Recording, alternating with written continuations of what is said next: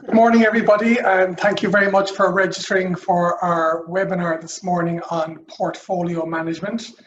This is the fourth webinar we've had since lockdown, and we've got good feedback so far, so long may they last. It's a very good way of, I suppose, presenting a particular theme in a fairly concise manner. What we will do is we will have slides afterwards that we'll send out, and we'll also have the full recording. So if there's any areas of this presentation that you don't quite grasp, or if I go over anything too quickly, there'll also be the recording afterwards. You can submit questions as you go. There's a little button on your computer or your phone, and you can submit a question, and I'll do my best to get to every question. If I don't, I assure you I'll come back to you in due course afterwards. As I said, this will be recorded. You guys as participants aren't being recorded. It's just my screen and me as a presenter being recorded. I will send out the full presentation afterwards. We'll email you a very short feedback form as soon as this is finished, and there's 8 questions in it just to get your feedback for future webinars. And just from a regulatory point of view, there's none of the contents of this webinar constitute formal financial advice. Okay, so the first thing we're going to look at is planning an investment strategy. And the most basic part of this is ultimately figuring out, well, why should one invest your capital? Really, it's about generating growth in excess of what the risk-free rate of return is. At the moment, the risk-free rate of return is 0 and potentially negative, because the risk-free rate of return is essentially what you would get on deposit in a current account with a retail bank. At the moment, that's 0. If ECB base rates were 2%, that risk-free rate of return is 2.5%. So you would invest money in order to get a return over the long term in excess of that. You also want to avoid the real value of your money being inflated away. At the moment, anybody on this webinar of my generation, we're probably not as familiar with inflation as somebody who lived through, say, the late 70s and the early 80s in Ireland, when inflation was quite rampant at the time. So really, one of the ways to protect against your savings being eaten away, to protect the real value of your money, is by allocating it to risk assets. And other reasons for investing is obviously to fund your own retirement years, and also as a succession plan on for your children and the children below that. So when should somebody not invest? Okay, and this is just as important as knowing what the reasons for investing. Well, ultimately, if your risk mandate says that it's not appropriate for you to invest, if you don't have the tolerance for risk, the appetite to risk, or the capacity for risk, then investing money outside of cash may not be appropriate for you. And if you don't have a medium to long-term investment time horizon. So to give you an example of that, if we complete a risk questionnaire with somebody and all of their answers are, I do not wish to lose any of my capital, and if the outcome of the risk questionnaire is that preservation of capital is their primary objective, then for that person, it's not appropriate to allocate their assets to anything other than cash. Speaking of cash, what is the role of cash? Okay, because it is very important in terms of building a portfolio. So cash is the default option for any income you receive, be it employment income, self-employment income, rent from property, dividends from shares. It's default of cash. Okay, cash comes back as your primary source. If funds come back from an investment that's matured, get your 25% lump sum out of a pension, it's all cash. So cash is always the starting point. And anything that's not cash, I classify as a risk asset. Okay, so cash is cash, and anything outside of cash is a risk asset. There is obviously an element of risk by having all your capital in cash, because the real value of it could be inflated away over the years. But ultimately, for the purpose of this presentation, I'll refer to anything that's not cash as a risk asset. And that means that the value of it can fall. Cash has two purposes. The first is it acts as a nest egg and emergency fund. So if somebody needs access to cash quickly, having it accessible in an account is very, very useful. But also, a lot of people don't see how cash can actually act as a natural diversifier for a portfolio. So if you have a significant amount of cash, either in your pension or personally, it enables you to take more risk with the rest of your assets. So two reasons for holding cash. And the next obvious question is, well, how much cash should I have? And we're getting this a lot at the moment because deposit rates are, as some of you are aware, are either at zero or are moving to negative rates at the moment. In fact, there was a notification for a certain bank last week where rates are going to less than minus 0.065%. So nearly 2/3 of a percent negative. And unfortunately, I believe that trend is going to continue. So how much cash someone should have? Well, it's dependent on the security of your income. So if your income is very secure, you'd need less cash than someone whose income is less secure. Your risk profile and your age. So if somebody has a conservative risk profile and they're quite elderly, they should have more cash savings versus somebody who has a higher risk profile and is younger. Cash flow surplus deficit, this is probably the most important point. So if you're running a cash flow surplus, which means that if all of your income exceeds all of your outgoings, including tax, then you can afford to have less cash because at the end of the year, all else being equal, your cash pile will have increased because of the surplus. Obviously, if you're running a deficit, which may be the case for someone retired who's only receiving state pension and ARF income, if the sum of all of their outgoings significantly exceeds their income, then in that case, they're running a deficit, so they would need to have a higher cash amount in order to fund their retirement years. And obviously, the extent and the profile of your other assets is very relevant to how much cash you have. Diversification, it's a real buzzword for advisors like me, so I want to just explain what exactly diversification means. The first thing is that you can spread your portfolio across different asset classes, and we'll speak about that in the next chapter. Spreading your exposure amongst different geographies is also obvious. I think actually this comes easier for Irish people because Ireland is a small open economy, and with technology and investment platforms, it's actually very easy for us to spread our risk geographically.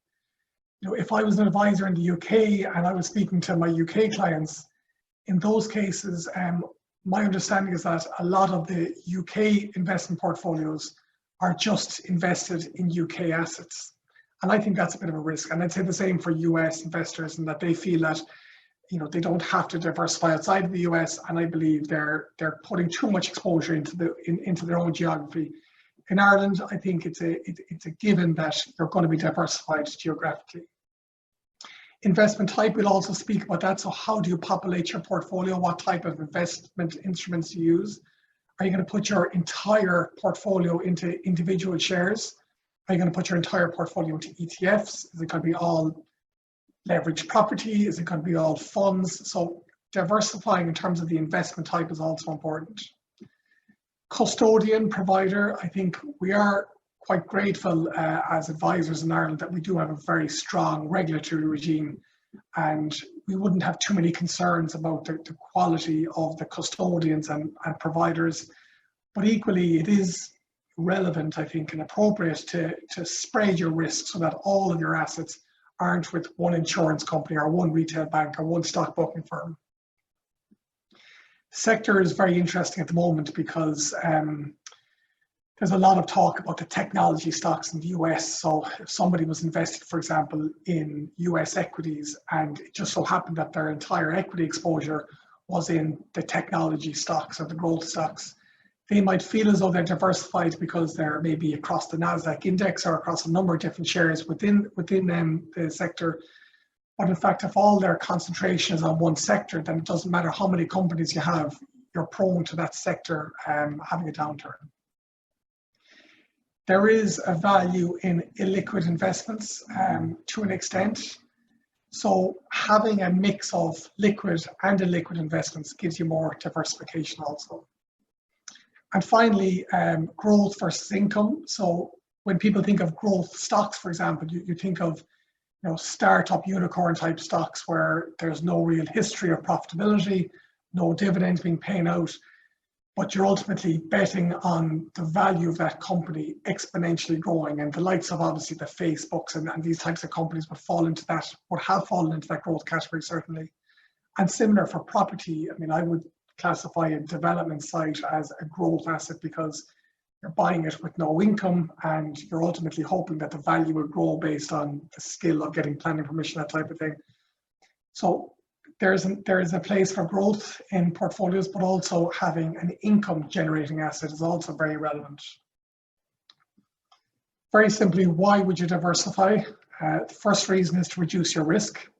So unfortunately, Irish people have had a fairly negative experience back in 2006, 2007 by a lot of investors having disproportionately large elements of their portfolio in either Irish stocks, Irish bank shares, or Irish property, Irish leveraged property at that. So really, you can actually still get the same upside, but just by using more asset classes, geographies, sectors, providers, you're spreading your risk, so you're reducing your downside. And a more smoothed out returns as well. So, by being as diversified as possible, you're not going to have the 20% falls and the 15% recoveries and that type of thing. This is a really good chart. I showed this actually at our pensions webinar a few weeks ago, and a lot of people were asking me to send it on to them. It might be better if you just study this once I send the slides on, but essentially this shows a number of different asset classes and how they've performed in different distinct calendar years since 2008. And as you'll see, you'll have a better idea once you study it in your own time, that what's a winner one year, and maybe it might be a winner a second year, can fall down to the bottom of the rankings the following year, and it might recover the next year and be mid-table the following year after that. So it's a really good illustrative example of the benefits of diversifying and ultimately not putting all your eggs in the one basket. So the golden question, what level of risk should I take? Well, the first thing you need to look at is your age profile. The longer the investment time horizon you have, the more risk you can take. Because when I show you a chart shortly in terms of what the volatility we've had so far this year in equity markets, well, by having a long-term investment horizon, the short-term pullbacks have less relevance in the context of a longer period. No matter how much advice an advisor like me can give, or no matter how many conversations I can have with clients, sometimes people are just risk averse. And sometimes they do not wish to put their portfolio at excessive risk. So really, it's a personal preference. The only way to figure out your risk profile is by filling out a risk questionnaire, which any clients of ours on the call would have completed before, and that varies from person to person. Leverage is something that can be extremely dangerous when investing. And we've seen it with leveraged property deals. Taking on debt when investing can mean that your investment can go to zero. That's probably the best way to explain it. So if someone bought a building or if you went into a syndicate with a number of investors and you bought a building for 10 million and there was a 7 million loan on that building, and so 3 million of equity, just to use simple round figures.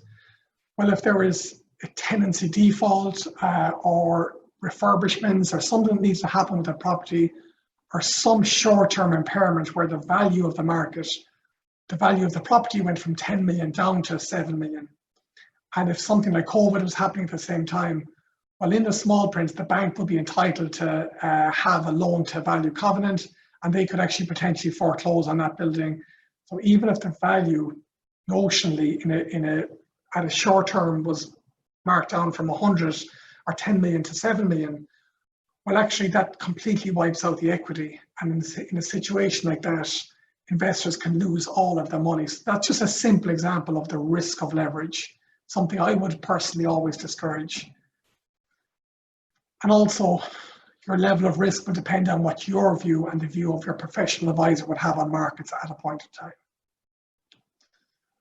Very simply, what does more risk mean? Well, more risk means that more of your portfolio is in risk assets like equities and property, and less exposure to low risk assets like cash.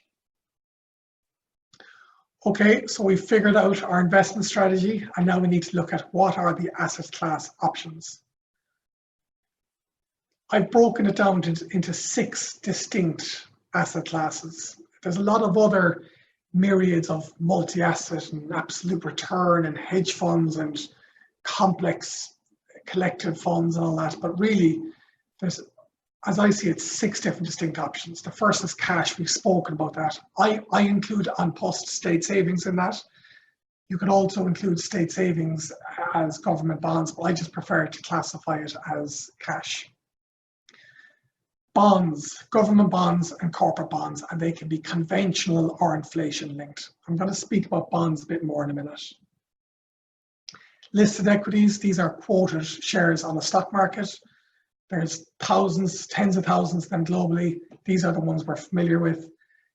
Your choice of equities can depend on your geography, the sector, and whether you buy individual shares or you choose to invest in a collective investment vehicle like a fund or an ETF or an investment trust. Property, there's really, as I see it, 3 ways to get exposure to property. You can roll up your sleeves and buy physical property, either commercial or residential. You can invest in a syndicated deal. I don't like them because they're generally unregulated and there's a lot of risks, and you're really dependent on all the other investors and the small print from the outset. There is a place, potentially depending on the deal, and a very small percentage of the overall. But generally speaking, what's happened over the last few years is that investors have been given more of an opportunity to invest in property in real estate investment trusts and collective funds that really do provide that extra level of security, in my opinion, because of the regulation. Private equity. So private equity is, I suppose, similar to investing in listed equities, except you're investing in companies that aren't quoted on the stock market. That's really more relevant for active investors where you may have an expertise in that particular industry.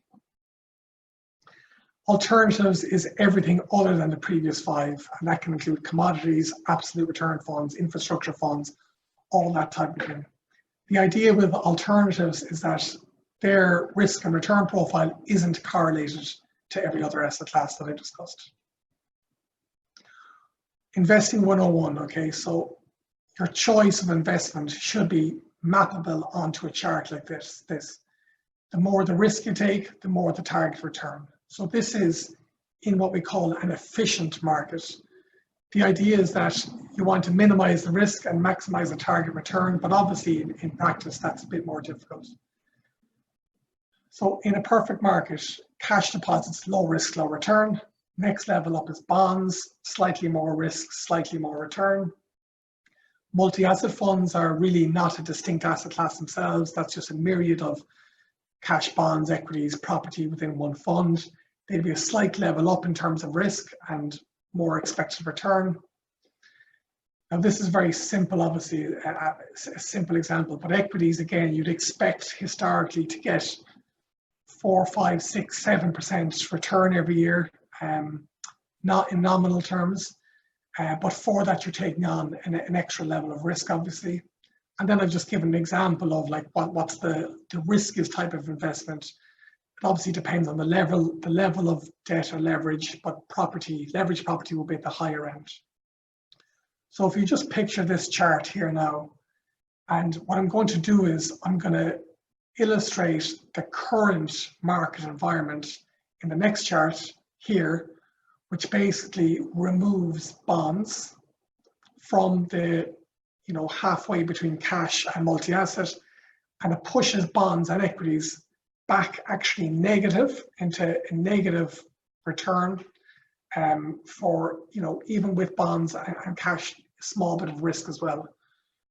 What's happened in the last few years is that with all of the quantitative easing and interest rate cuts the central banks have embarked upon, it just means that the rate of interest on bonds has just been slashed completely.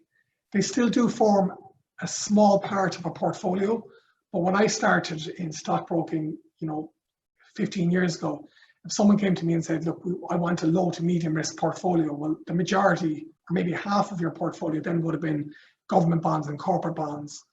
But now, if we look at a case like that, the bond portfolio simply isn't justifiable at those levels. So you just have to be conscious that you don't want to replace your normal bond exposure with equities. So what you need to do is you need to form your own portfolio, have disproportionately higher amount of a portfolio in cash and less than in equities to counterbalance it. This is just a pie chart illustrating a type of balanced portfolio, just to show the different asset classes and how they might be represented. As most of you know on the call here, probably over half of our clients are actually pension clients. And it's very important when you're devising an investment strategy to look holistically at all of your assets, not just your personal investments, but also your pension. But if in this case you want to have 30% in equities, well, it would make sense to have all of that equity exposure first and foremost in your pensions. And if you're going to have 20% in cash, then it would make sense to have that 20% first and foremost in your non-pension savings account. So the point really here is that when you're building a portfolio, yes, have a holistic picture, but the different accounts between a husband and a wife, and if you have trust accounts for the kids and potentially a family partnership account and corporate account and personal investment accounts, that they need to be looked at in a matrix format. And the same holistic asset allocation doesn't need to be consistent for each vehicle. So generally you'll take more risk in your pensions and less risk personally. Okay, so now we're structuring your portfolio. So the first thing is, who's my custodian? Every investment you have has to have some provider custodian. You can go directly to a fund, not going to a platform, you're investing directly in a fund. You can go to a low cost online broker like DeGiro or IG or one of those. There's unregulated syndicates out there. MiFID stockbrokers, they're all the big players. We're familiar with Goodbody, Davies, all those. There's insurance companies, Irish Life, Aviva, Standard Life, Zurich. And then there's the retail banks, AIB, Bank of Ireland, all that. Our preference is life insurance companies and MiFID stockbroking firms purely because they're simpler. You get a platform with a wide range of investment options. They're cost efficient, they're generally tax efficient, and they ultimately provide you with more options. I don't really have a strong view on the low cost online brokers. It's very, very difficult to know how comfortable clients of mine are placing large amounts of investment assets with these online providers, because they might be licensed in one European jurisdiction and just passported into Ireland for sales purposes. So it's questionable whether or not I'd be recommending those online brokers. I personally would feel more comfortable with the bigger domestic houses in Ireland. Investment type, so I've decided on my custodian, I've decided on my strategy. What type of options are there? Well, the first is a collective active fund. The next will be a collective passive fund, and I have a slide on ETFs next. I'll talk about them. Or the other option is you simply buy your own individual shares and bonds. Either you pick the shares or bonds, or you give discretion to a portfolio manager and they pick the shares on your behalf. As I mentioned earlier, you can go into a syndicate of investors. They're less common now than they would have been maybe 10 or 12 years ago. Or you can invest directly in bricks and mortar property or in private businesses. ETFs are very popular. What an ETF does is it ultimately tracks the performance of an index. So if someone says to me, oh, I'm looking at this particular ETF, but I'm interested in what the track record is, Well, it's not really an appropriate question for an ETF because there is no skill in the management of an ETF. If you have an ETF that tracks the FTSE 100 and the FTSE 100 is down 20%, your ETF will be down 20%. If an ETF tracks the Euro Stoxx banking sector and that's up by 5%, your ETF will be up 5%. So in fact, the only skill of an ETF is to accurately track the index. One of the issues with ETFs, I suppose, is that in a bear market, it'll fall in line with how the market performs, whereas an active fund, you'd expect to outperform in a negative environment on a relative basis. The main attraction of ETFs is that they're cheap because you don't have an active fund manager managing the assets. It's ultimately, the main providers really are Vanguard, Legal & General, iShares, and all you're doing is you're just buying the index or buying the instrument that tracks the index, and there's no active management, so therefore it's lower cost. I'll talk about this in the tax section, but they're not the most tax efficient personally. It's quite a complex area. We won't cover it all today. This brings us on to the tax implications of investing. Okay, so for non-pension money, it's a mess of a system in Ireland, to be totally honest, okay, because there's two distinct types of taxes. The first is capital gains tax, and that's what Irish people are most familiar with because property is subject to capital gains tax. Real estate investment trusts are subject to capital gains tax. Individual shares are subject to it. And that rate is 33% on gains, and the tax on the income from dividends or from rent on a property is your marginal rate of tax, which for a lot of people would be up to 52% tax. Exit tax is a different type of tax, and it's 41% on the gains and 41% on the income. This had always tracked the level of tax on dirt, on cash deposits, but now it's stuck at 41%. I don't see it changing for the foreseeable future. With 41% tax, the main difference between this and CGT is that, other than the rate, is that it's up to the investor to self-assess for offshore funds and for the insurance company to remit 41% of the notional gain after 8 years. So if you invest in a fund, an ETF, 100 grand in 2020, and you don't sell it for 8 years, and that's grown to 150 grand after 8 years, then you have to pay 41% tax on the gain. So generally, shares are CGT and funds are exit tax. ETFs are tricky because European-based ETFs are subject to 41%, US, Canadian ETFs are subject to CGT. But just to put another spanner in the works, Irish investors can't buy US domiciled ETFs. For regulatory reasons, it can only be done on a discretionary basis by a stockbroker. So come back to me separately if you have any specific questions on that. What I would say is that it's not necessarily a bad thing, 41% funds, because people look at it and say 41% versus 33%.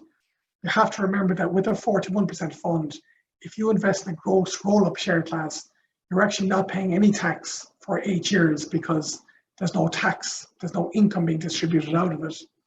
And also, for a lot of investments, you may not hold it for more than 8 years anyway. So in fact, with the insurance companies, they're remitting the tax on your behalf anyway. So best is look at your own circumstances, talk to us, and we would make the most relevant recommendation accordingly. This is just a table. I'll let you examine this in your own time in terms of the different tax rates. Investing via pension is far more tax efficient than investing personally because you get tax relief within a pension. So for every euro you invest personally, that ultimately costs you 60 cents because you have 40% tax relief going into a pension. And also, all else being equal, a pension will grow about 30% faster, 30% faster than a non-pension because there's no income tax or CGT or exit tax slowing down the pension as such. So I could talk all day about pensions. We had a separate webinar about that 3 weeks ago. So these are the main advantages of a pension. You get tax relief going in, tax relief within, and tax relief coming out. But a well-structured portfolio will have a mix of pension assets and non-pension assets, And we advise on putting certain assets into a pension, for example, high dividend yield paying shares or funds, or physical property with high rent would be better off in a pension, and other types of assets would be better held personally.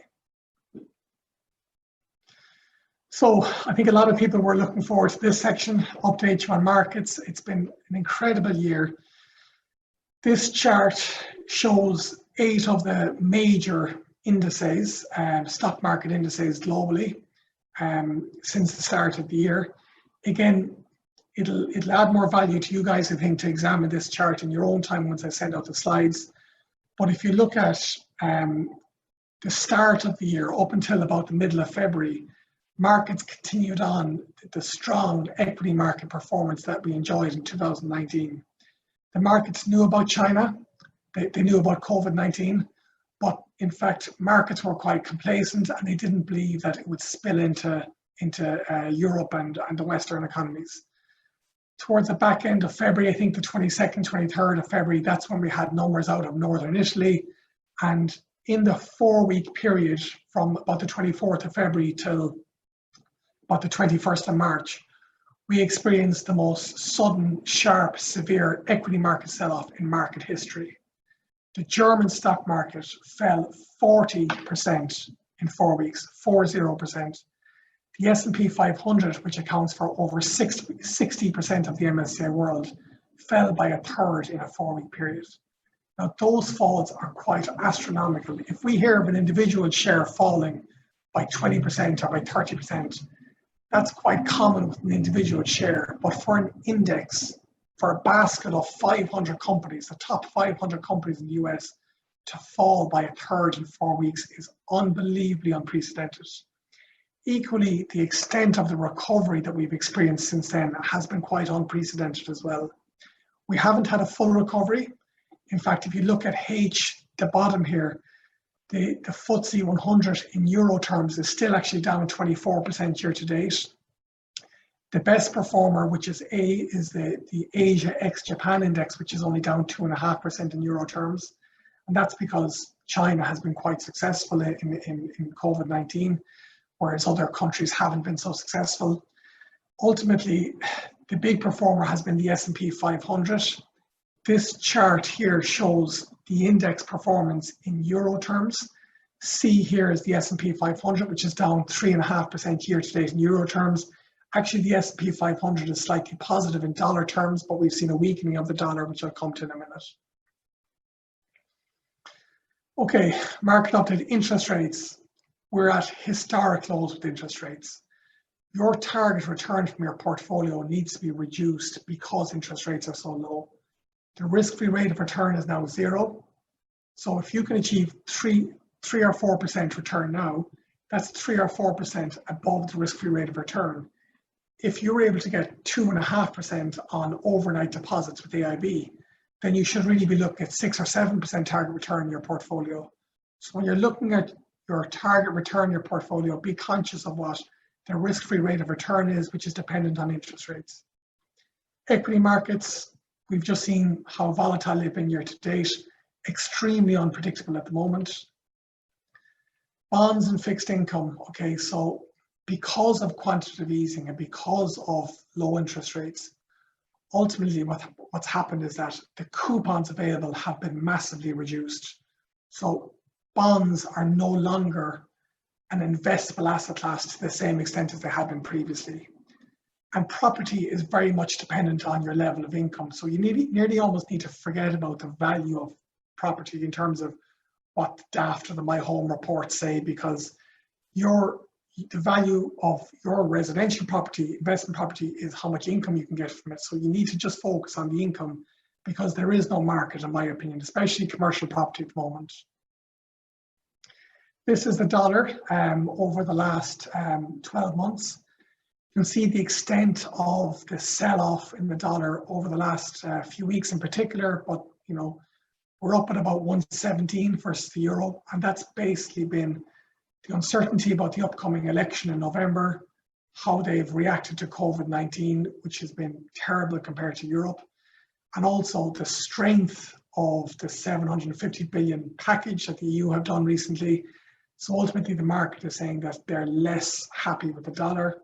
The risk for Irish investors is that your dollar denominated assets are going to weaken or have weakened, all else being equal, against the value of euro. Very interesting when I was preparing this slide. This is the sterling versus euro over the last 12 months. We're in or around 90.5p at the moment. And actually, Brexit was 4 years ago. It's amazing how time flies. 4 years ago was Brexit. And the day after Brexit, the sterling went to about 90p. And if you remember the extent of the sell-off, and in 4 years' time, we're still at the same level. We've obviously seen a lot of volatility in the last 4 years, but it really showed how the pricing of Brexit 4 years ago was actually correct, as it turns out, with the pricing overnight after the referendum. In summary, portfolio management, rule 1, diversify. Secondly, always look at all of your assets holistically. Do not ever look at just your pension without considering your non-pension. For a husband and wife and family, don't ever look at just your one person's pension, look at both pensions together. Any clients of mine on the webinar hopefully happy with how we report. We always report holistically if we have access to their information. Have a clear mandate, so know what your mandate is when investing. If you're looking to allocate capital personally or through your pension, work with us, your advisor. You need to know what your mandate is for those funds. You should always understand your investments. That's why I'm such a fan of regulated investments, because the provider has to ensure that you understand it by providing daily pricing or monthly pricing at worst, and giving regular reports and being in a position to provide you with updates on request.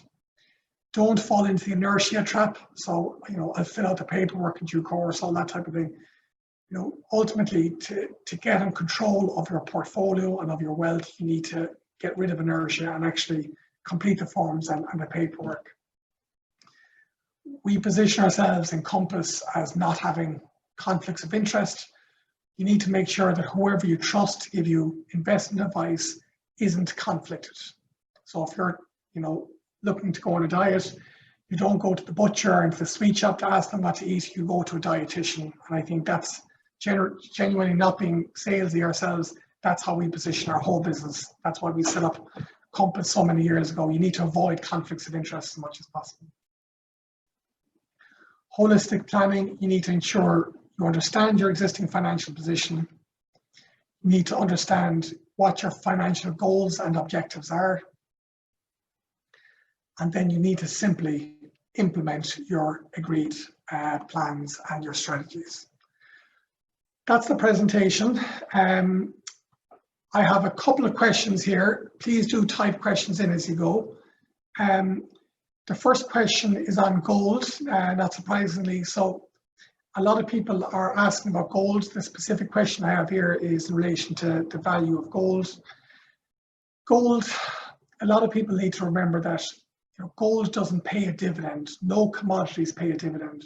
So often when you look at the historic price of a precious metal or a commodity, that's your total return. Whereas if you look at the price of property, for example, that usually doesn't factor in the income that you're getting off it, or the share price of a company that pays a dividend doesn't factor in the I suppose the dividends and the income that are being churned off that investment on an ongoing basis. So the other thing with the likes of gold is that, we've seen gold hit all-time highs in the last few days, but those alerts and notifications don't also tell you that the dollar has weakened massively against the euro at that same time. So often nothing actually has happened to gold. It's just that the dollar is weakened, so therefore the price of gold goes up. And as well as that, commodities are very, very unpredictable. It's very difficult. Warren Buffett has said it about gold, is like, how do you value these things? So yes, if commodities do have a role to play, but I would say a very, very small percentage of the overall portfolio. We have another question here. Which way are markets going to go in the short term? Thanks for that question. The answer is I don't know. The answer is all of the fund managers that we speak to on a weekly basis, the research I read, the webinars I go to. We had JP Morgan on a call 2 months ago webinar here for our clients. The reality is that nobody knows, and I'm not dodging the question, but in the short term, it's probably a flip of a coin in terms of where markets will be in a month or 3 months, because there's so many different factors that can occur. But I will say that if you ask me where will stock markets be in 5 years or 10 years, I'd be 90% certain that they'll be higher than where they are now. So the longer time horizon you have with your investments, the stronger the chance is that you're going to make money over the long term. So in the short term, it's always going to be unpredictable, but in the long term, it's a lot more predictable, because historically, you know, over the long term, if you look back at returns and if you look at that matrix of asset class returns that we looked at previously, over the long term, you will see consistent growth. There will be maybe two or three out of every 10 years will be negative. 2020 will most likely be negative in terms of the MSCI World Index. 2019 was positive. 2021 might bounce back. I would say that for any of you here looking at your portfolio or look at your other, you know, future returns, you have to factor in that there will be negative quarters, there'll be negative years. But if you have a 5-10 year investment time horizon or longer, the odds are stacked in your favor. Another similar question here about currencies, which way the dollar will go in the short term. Again, it's impossible to know. The one philosophy I have is that if you're investing in a currency, you have a 50-50 chance of making money or not, because it's a binary play. In fact, you probably only really have a 49.5% chance of winning because of the commission you pay to a bank or a foreign exchange dealer. So if somebody said to me, the dollar is at 117, I'm going to buy it and then sell it back at 110, and I'll get the 7-cent strengthening. But I'll say, well, okay, well, that's the most watched investment instrument globally, probably, or one of the most watched is the dollar-euro rate. So unless you know something that the rest of the market doesn't know, then you're taking a fairly big risk. Also, if all of your outgoings and your costs and your future livelihood is based in euro, then you don't actually need to take dollar exposure. At least if you invest in assets like equities, they will historically have a 3 or 4% premium above the risk-free rate of return. Yes, there'll be negative years, but again, if you're going to invest in something, you've slightly less than a 50% chance of making money in equities, but you've a greater than 50% chance of making money in things like property and equities. It's now just over 40 minutes. I promised for this to be 40 minutes. So thank you very much. There's a couple more questions here. I'll follow up with you separately if that's okay. We'll send out a follow-up questionnaire in the next 3 or 4 minutes to all of you who've attended. Thank you very much for your time. I hope you enjoyed it, and we'll chat to you soon.